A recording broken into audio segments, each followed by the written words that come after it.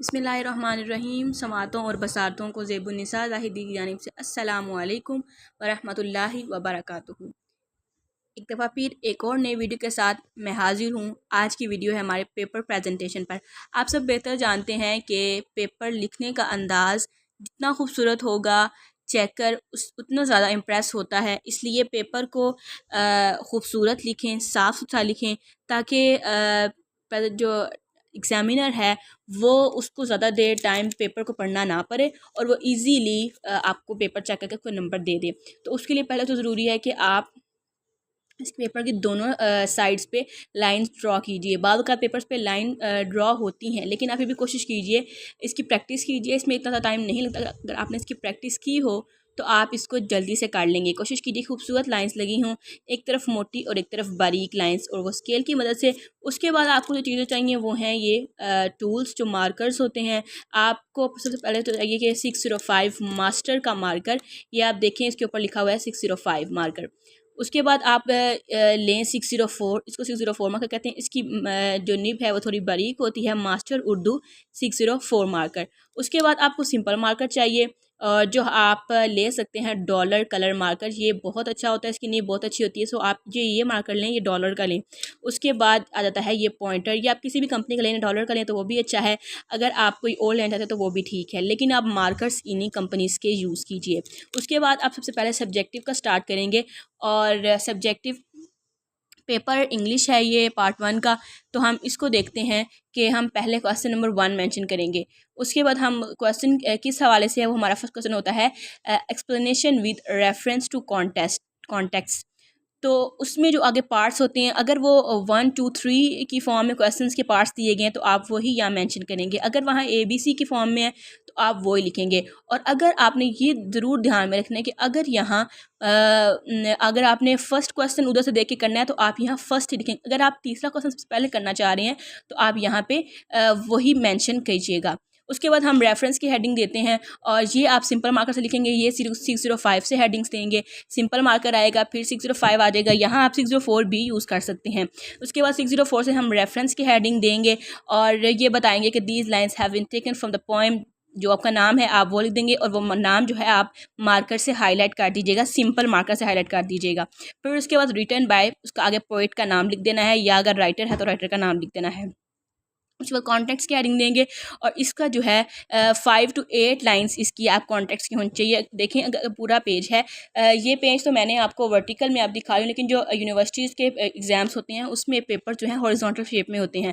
सो आप कोशिश कीजिए कि अगर आपका रेफरेंस यहाँ पे आ रहा है तो आगे 5 to 8 लाइन जो है, कुछ लाइन्स आपकी यहाँ अगर पूरी नहीं हो रही 5 to 8 लाइन्स, तो आप नेक्स्ट पेज पर 2-3 लाइनें लिख के 5 to 8 लाइन्स आपने मस्ट कॉन्टेक्स्ट की ज़रूर लिखनी है। उसके बाद आती है एक्सप्लेनेशन, और उसका आपने 1 पेज लिखना है, यानी कि आपने ये एक पेज लिख लिया रेफरेंस टू कॉन्टेक्स्ट का, नेक्स्ट पेज आपने एक्सप्लेनेशन का दे देना है। तो आपके जो है ना ये मार्क्स पूरे बनेंगे। उसके बाद आपने जो एक्सप्लेनेशन का पेज पूरा बनाना है, उसको सिर्फ पूरा पेज नहीं लिख देना, बल्कि आपने उसको पैराग्राफ की शक्ल में लिखना है, ताकि इंप्रेशन चेकर पे अच्छा पड़े। उसके बाद आते हैं क्वेश्चन नंबर 2 की तरफ, और जनाब ये है शॉर्ट स्टोरीज एंड प्लेस से। तो इसको आप कीजिए। अगर हम देखिए कि हम क्वेश्चन नंबर 2 पहले करने जा रहे हैं, तो हम उसको जिसका पार्ट नंबर 2 कर रहे हैं तो हम उसको 2 ही मेंशन करेंगे। उसके बाद उसका नेम मेंशन कर देंगे, द किलर, कि जो भी हम क्वेश्चन लिखने लगे हैं वो किससे है। ये आपकी मर्ज़ी है कि आप उसका नेम मेंशन करें या ना करें, लेकिन अगर कर दें तो टॉपर्स के लिए बेहतर है, क्योंकि छोटी सी तो सिर्फ चंद शॉर्ट स्टोरीज़ हैं और 4 ही तो प्ले हैं। तो अगर आप उनके नाम याद कर लें तो अच्छा होगा, क्योंकि आप जब क्वेश्चन तैयार करते हैं तो आपको बार बार उसका जिक्र करने से आपको जो है ना चैप्टर का नेम याद हो जाता है। कोशिश कीजिए कि इसके 2.5 पेजेस हों, और उसके बाद जो है ये 150 वर्ड्स कंटेन करे। 2.5 पेज, ज़्यादा 3 पेज, बस इससे ज़्यादा मत कीजिएगा, इससे ज़्यादा फिर वो ज़्यादा हो जाता है। और अप टू 150 वर्ड्स जो है ना आपने इसमें लिखना है, 150 वर्ड्स एंड 2.5 पेज। नेक्स्ट आते हैं क्वेश्चन नंबर 3 की तरफ, वो होता है पोइम से। हम ऊपर पोइम्स मेंशन करेंगे। उसके बाद आ जाएगा उसका बी पार्ट, हम बी कर रहे हैं, सी पार्ट करें, वो आप जो भी हैं आप उधर मेंशन कर दीजिएगा। फिर आप जो पोएम का है वो नेम ऑफ़ पोएम लिखें, राइटर का नेम लिखें, इसके मार्क्स होते हैं, आपने इसको गिव अप नहीं करना। उसके बाद इसकी लेंथ वही है 2.5 पेज और 150 वर्ड्स। इसको कोशिश कीजिए जिस तरह इसके सारे पार्ट्स हैं उसको। पेपर पैटर्न मैं एक अलग से वीडियो में बना चुकी हूँ, अगर आपने वो वीडियो नहीं देखी तो मैं डिस्क्रिप्शन में उसका लिंक शो कर दूँगी।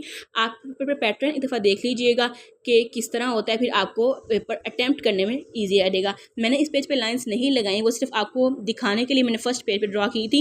इस तरह आपने हर पेज पे लाइंस ड्रॉ करनी है, और जब एक पार्ट मुकम्मल होगा तो आपने उस पर ये शॉर्ट एंडिंग लाइन लगानी है। लेकिन जब फुल क्वेश्चन ख़त्म हो जाएगा तो आपने फुल एंडिंग लाइन लगानी, यानी कि ये क्वेश्चन ख़त्म हो गया, अगर पार्ट ख़त्म होगा तो आपने ये हाफ लाइन लगानी है, लेकिन अगर फुल पेज ख़त्म होगा तो आपने फुल लाइन लगानी है। उसके बाद आते हैं क्वेश्चन नंबर 4 की तरफ। ये 25 मार्क्स का होता है। जो पिछले हमने 3 क्वेश्चन डिस्कस किए हैं वो 20 मार्क्स का एक क्वेश्चन होता है, लेकिन जहाँ पे क्या है कि ये जो है क्वेश्चन नंबर 4 प्रेसी, इसके 25 मार्क्स होते हैं। 10 नंबर्स के क्वेश्चन आंसर होते हैं, 5 क्वेश्चन होते हैं और हर क्वेश्चन के 2 मार्क्स होते हैं। ये इसके 10 नंबर्स हो गए। फिर प्रेसी आती है, इसके 15 नंबर्स होते हैं। प्रेसी स्टूडेंट्स को बहुत मुश्किल लगती है, लेकिन ऐसा बिल्कुल भी मुश्किल नहीं है। आपने क्या करना है, ये कंप्रहेंसिव पैराग्राफ होता है, आपने ध्यान से पैराग्राफ को पढ़ना है।